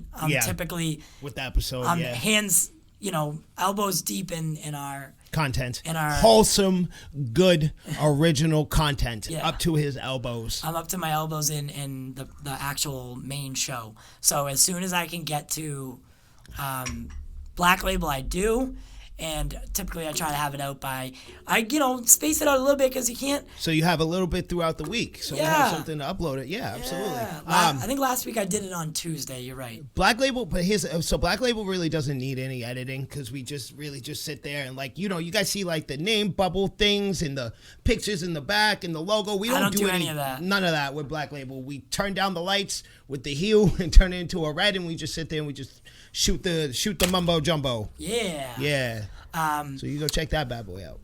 And this is a formal announcement, by the way. So I got in touch. Now, if anyone watches Quick Dip, Quick Dip, baby. We started talking about the guys from Lightcast Podcast. Yeah. And talking about how the PR agents from Warner Brothers, Ben Affleck and Zack Snyder, reached out to them. Still funny. Yeah. Still funny. Imagine getting that message. Oh, God. That's hilarious. So I reached out to them. They reached out to me. And so we've added another guest to this month's roster. Yeah, so I guess we're going to have them on the show now. Yes. I'm wondering if they watch Quick Dip. Look, in all actuality, I have every intention of bringing up everything I said in Quick Dip. Yeah. I'm not gonna hide anything. I'm gonna bring it up because I made fair points. Like I wasn't just laughing at them and like talking smack. I was making actual real points, and I would like to hear their inside 2 cents on it. Yeah, we didn't mean any disrespect to them. No. But we were just pointing out what happened. Yeah. And they said it themselves. They were like, we need to hold back a little bit because they said all the things that we said. Yeah. So we're gonna have them on the show, and we're gonna talk Snyder and DC, and that we're gonna replace a quick dip. Next week's quick dip will be replaced by the guys from Simply Lightcast just podcast. because we don't have the time for to put them in an actual episode. Like the whole month is booked. Imagine that. I know. Our entire month is booked. That's right. Making big moves, baby. When I said that to myself, because I was messaging them about when we could set it up, and I was like, wow. I don't got any slots this I don't month. have any slots. Sorry, Pippin, you're gonna have to come back. We ain't got any open space for you. Sorry. I love that. I almost couldn't even, you know what I mean? It put me beside myself. I absolutely love that. I love the idea of somebody being like, yo, you want to come on my show, or do you want to come on, can I come on your show? And be like, nah, sorry, man. The schedule's full. I love that. That's awesome. But this is going to be big for us, too, because they have a solid audience. And clearly they have a good source. Yeah, man. I would like. These guys. Same like I said with Sean. You know, these guys kind of do the same thing we do, but at like a bigger scale. So I always enjoy talking to people that are in the same field as me and that have been doing it longer. You know? I always like doing that. It's a learning experience. Yeah, so we'll get some tips, tricks, flicks, and kicks out of it. Absolutely. So is there anything? So with Jack was on the show last week. Jack Harlow. Yep. Was popping. He did a YouTube review about his PlayStation 5. Yeah. I know you had brought it up earlier. He did like an unboxing video. Yeah. And then he did like a Spider-Man Miles Morales game. What is it called? Let's Play. Let's Play. And it's looking good. Yeah. Miles looks amazing. But the system itself is sexy. Yeah, absolutely. Yeah, it's very sleek. Sexy. It doesn't look like the garbage can that Microsoft released. I can tell you that much. When's Xbox coming out? It already came out. Oh. It came out on the 10th. Oh. How come I didn't hear any buzz about that? Because Microsoft is trash. Oh, okay. Because they suck. That's why. That's why you didn't hear anything about them, because they suck. I really didn't, though. Yeah, I know, because and I'm really serious. They suck. When they made the Xbox One, right, it wasn't even a console. It was a media device. They advertised it as that.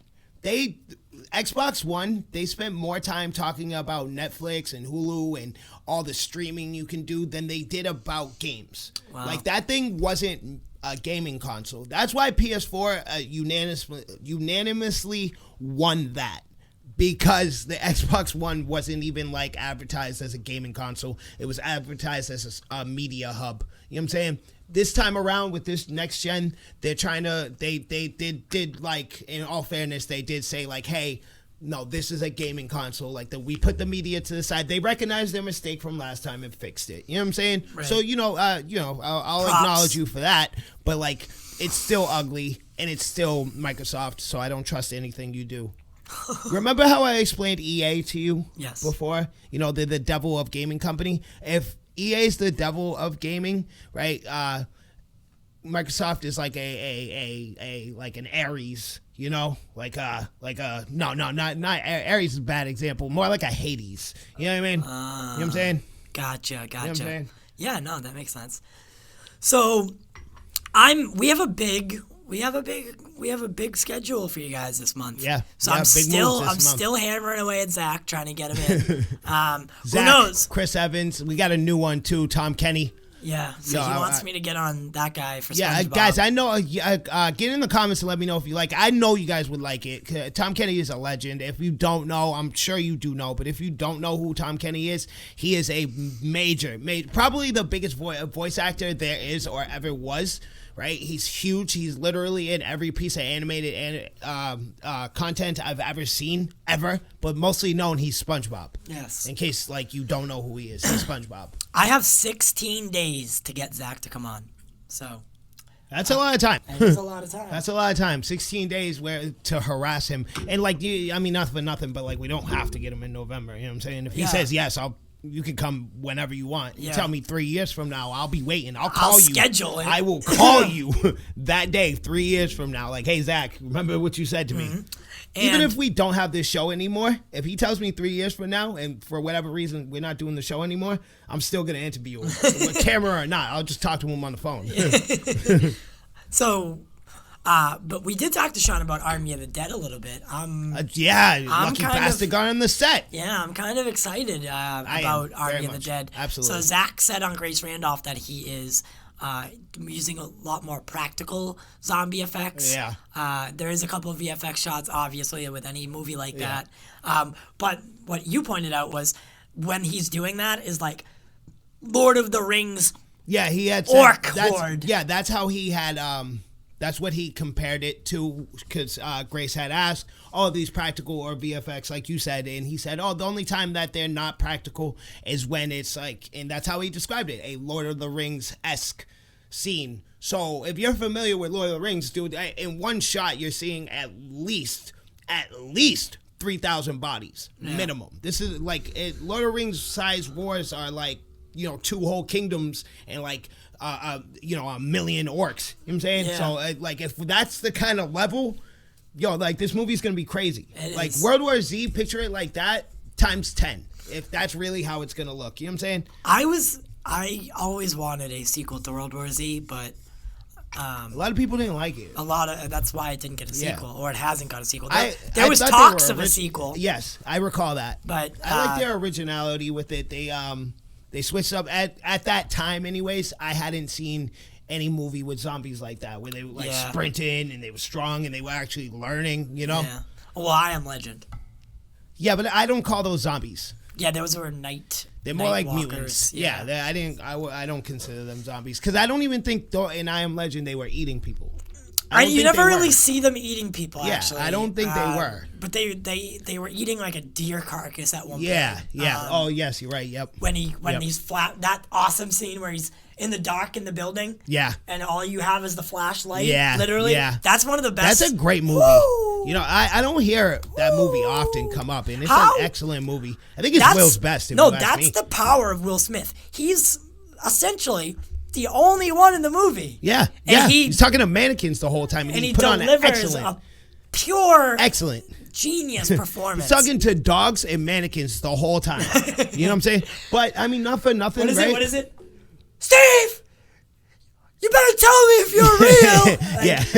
The gravity of that. I was like, is he real? So, but when you think about it, right? Oh, that was the part when the mannequin ended up in the middle of the street, right? He was like, "Yo, if you're real, you better tell me." That's awesome. But if you think about it, right? Imagine a movie like I'll bring it back to Avengers, right? Picture like Infinity War, and you're Robert Downey Jr. and you're talking to Hulk and Thanos. You're doing the same thing. It's Josh Brolin in this big green screen suit with like bubbles on it. Yeah. And you have to put on an emotional, look at that silly ass costume and put on like an emotional, you know what I mean? Convince people that you're sad. That's talent. Did you see what they did with like Groot? So the guy is in his mocap suit, right? Yep. And then there's like a cap. Yep. That's like kind of that cylinder shape. I don't. Not necessarily. Yes. Yeah. But there's a stick on it, on the top, to accentuate like how tall it would be. Yeah. Oh, okay. So it's his regular height, and then that would make up for the difference. And then there's like a Groot head on the top. Oh, really? Yeah. Imagine that. So you have to talk to that thing and with emotion and depth. You know what I'm saying? Like the part when he dies in the first Guardians of the Galaxy, and you have to like look at it and be like, "No, you're dying." How can you do that? You have to look at the puppet head. Yeah. And talk to it, because that's Groot's head. So you're looking at a puppet talking to it. So when you think about it in that perspective, like actors do that on a regular basis. You know what I mean? Yeah. I couldn't act. Honestly, I really couldn't, because I can't keep a straight face for half of the shit that goes on. It's too funny. I think it's hilarious. I would laugh at that. Yeah. A lot. A lot. Yeah. You know? They crack jokes and shit. I wouldn't be able to handle it. So next week to continue our SnyderCut expose, we'll have the Nerd Queens on. Yep. That's the the third out of three out of 4 guests we have this month. Yep. So I mean, that's really all the time that we have for you today. Yeah, we're trying to we broke 2 hours twice already. We're trying not to do that again. Yes. That was a nightmare. It is a nightmare. Luckily, again, Zoom take care of most of Very much this week's episode. Good for him. Yes, good for me. So please come and join us next. Before that, come and join us for a quick dip with Black Label. With the Lightcast podcast guys.